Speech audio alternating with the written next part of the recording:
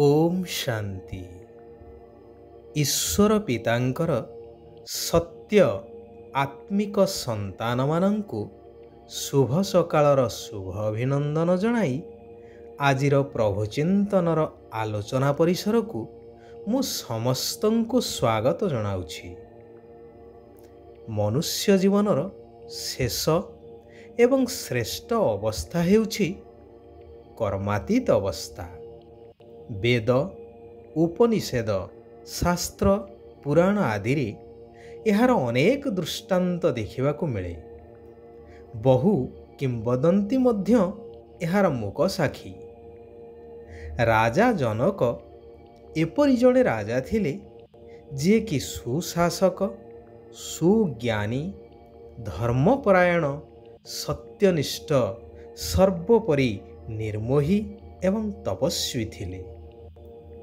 गृहस्थी होई मध्य मुनि ऋषि तांको सम्मान प्रदान करुथिले, कारण संसार प्रति तांकर तिले मध्य मोह नथिला। सेथिपाई तांको मोहजित राजा बोली मध्य कहा जाए। से जानिथिले एई मोह अहंकार ही सकल दुखर कारण। वर्तमान समाज रे समस्ते एई कथा को पढ़ुछंती शुणुछंती मध्य आग्रहर सहकारे, परंतु एई सामान्य कथा को बुझी निज जीवन रे धारण करिबा पाई तांको पाखरे शक्ति नाही। सेथिपाई प्रति मुहूर्त रे परस्पर को दुख देई चलीछंती।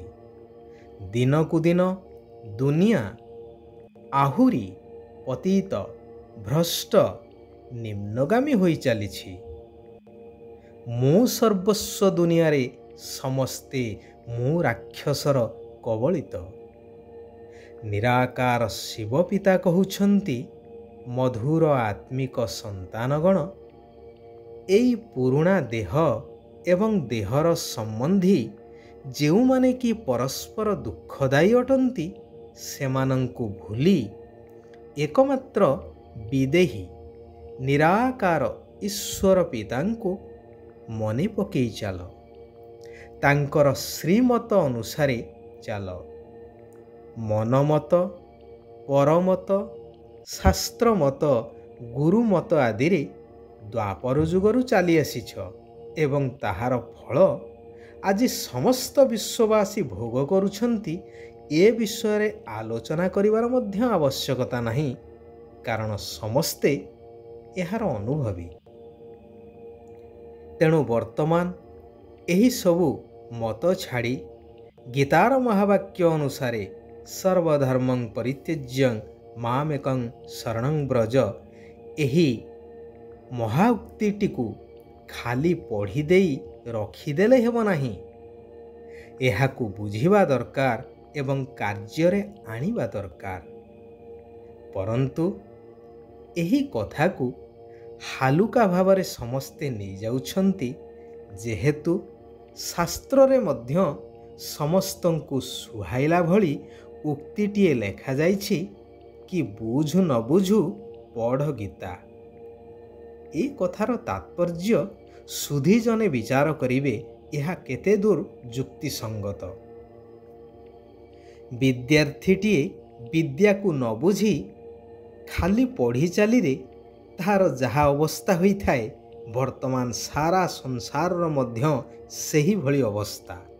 पुथी पढ़ते पढ़ते धोती मरम न जाने कोई। तेणु कौनसी कथावस्तुर वास्तविकता को उपलब्धि करी जीवन रे उपयोग करिबा एहा ही बुद्धिमानर परिचय। सृष्टि वर्तमान एक विराट घड़ी संधि मुहूर्त देई गति करुछि, जेहेतु एहा हेउछि कलिजुगर अंतिम चरण। समस्तंकु एई देहर दुनिया को छाड़ी विदेही घर अर्थात आत्मिक घर परमधाम बा शांतिधाम ब्रह्मलोक को जीवार अछि। ନିରାକାର ପରମାତ୍ମା ପିତା ଆସିଛନ୍ତି ସମସ୍ତଙ୍କୁ ଆତ୍ମଜ୍ଞାନ ଦ୍ୱାରା କର୍ମାତୀତ ଅବସ୍ଥା କରାଇ ନିଜ ସାଥିରେ ମୂଳ ଆତ୍ମିକ ଘରକୁ ନେଇଯିବା ପାଇଁ।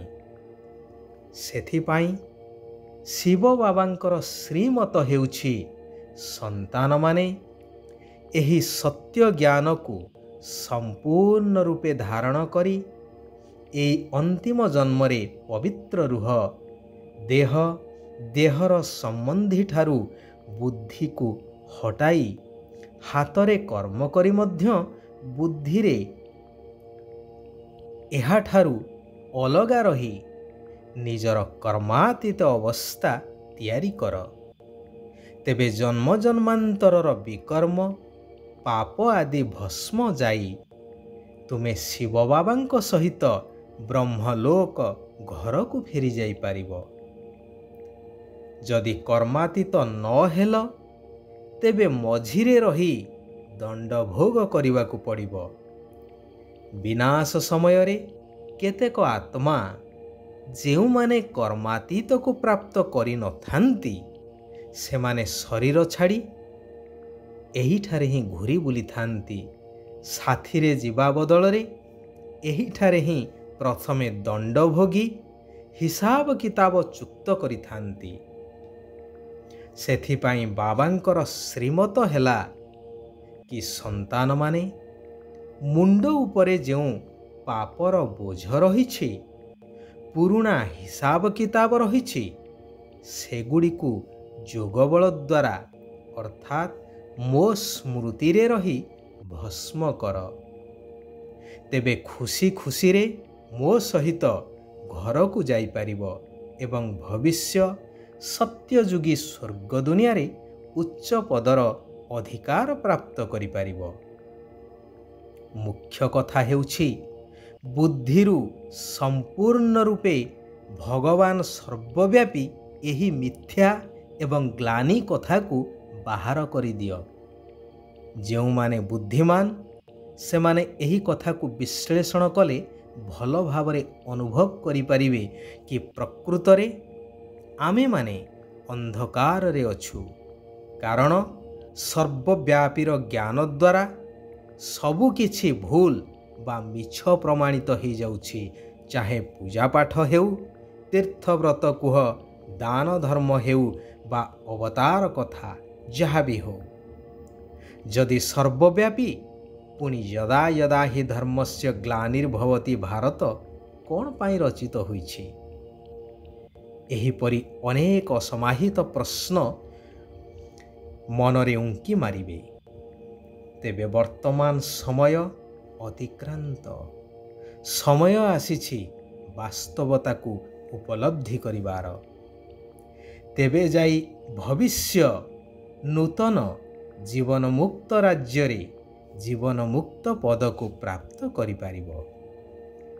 ଏହି ଜ୍ଞାନ ମାର୍ଗରେ ପ୍ରଜାପିତା ବ୍ରହ୍ମା ବାବା ଏବଂ ଜଗଦମ୍ବା ଅର୍ଥାତ୍ ମାତା ପିତାଙ୍କୁ ଅନୁକରଣ କରିବା ଆବଶ୍ୟକ, ଯେଉଁମାନେ କି ସମ୍ପୂର୍ଣ୍ଣତାକୁ ପ୍ରାପ୍ତ କରି ପ୍ରଥମ ନମ୍ବର ପଦକୁ ହାସଲ କରିପାରିଛନ୍ତି। ଏକ ବିଦେହୀ ନିରାକାର ବାବାଙ୍କ ସହିତ ସତ୍ୟ ପ୍ରୀତି ରଖିବାକୁ ହେବ। ଦୟାଶୀଳ ହୋଇ ଅଜ୍ଞାନ ଅନ୍ଧକାରରେ ସମସ୍ତଙ୍କର ଲାଠି ସଦୃଶ ହେବାକୁ ପଡ଼ିବ। ଶ୍ରୀମତ ଆଧାରରେ ନିଜକୁ ପାପଠାରୁ ବଞ୍ଚାଇ ଅନ୍ୟମାନଙ୍କୁ ମଧ୍ୟ ପାପଠାରୁ ବଞ୍ଚାଇବାକୁ ହେବ। ବାବା କହୁଛନ୍ତି, ମାୟା ବା ପ୍ରକୃତିର ଭିନ୍ନ ଭିନ୍ନ କାର୍ଟୁନ ଶୋକୁ ସାକ୍ଷୀ ହେଇ ଦେଖୁଥିବା ସନ୍ତୋଷୀ ଆତ୍ମା ହୁଅ, କାରଣ ଏହି ପୁରୁଷୋତ୍ତମ ସଙ୍ଗମ ଯୁଗର ବିଶେଷ ଦାନ ହେଉଛି ସନ୍ତୁଷ୍ଟତା। ଏହି ସୃଷ୍ଟି ନାଟକରେ ପ୍ରତ୍ୟେକ ନିଜ ନିଜର ଅଭିନୟ କରୁଛନ୍ତି, ତେଣୁ ଏଥିରେ ଆଶ୍ଚର୍ଯ୍ୟ ହେବା ବା ଚିନ୍ତିତ ହେବା ବା ଦୁଃଖିତ ହେବାର ନାହିଁ। ଯେକୌଣସି ପ୍ରକାରର ତ୍ରୁଟିଠାରୁ ଊର୍ଦ୍ଧ୍ୱରେ ରହିବା ହିଁ ସମ୍ପୂର୍ଣ୍ଣତାକୁ ପ୍ରାପ୍ତ କରିବା ବା ସମ୍ପୂର୍ଣ୍ଣ ହେବା। ଆଚ୍ଛା, ଆଜି ପାଇଁ ଏଇଠାରେ ବିରାମ ନେବା। ଓମ୍ ଶାନ୍ତି, ଓମ୍ ଶାନ୍ତି, ଓମ୍ ଶାନ୍ତି।